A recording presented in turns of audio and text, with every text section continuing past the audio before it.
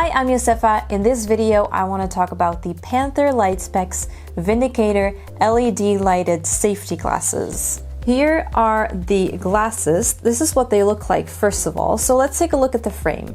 It is a wraparound frame, and as you can see, the sides are pretty thick, so you have pretty good protection from the side.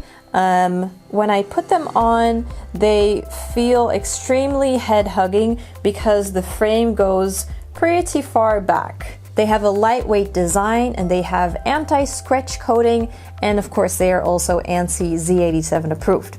So now let's take a look at what we've all been wanting to look at, which is the LED lights that are built into these glasses. Now when you're in the workplace, it can be a bit cumbersome to have headlights or just your regular handheld lights and to have to do your work at the same time. But with these glasses, you can wear the glasses and then turn on one light and two lights.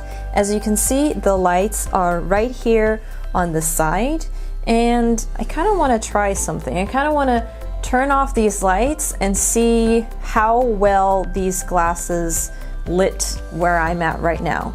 All right, so the lights are off. So let me see how well these LEDs light the backdrop. So I'll turn them on, and there you go.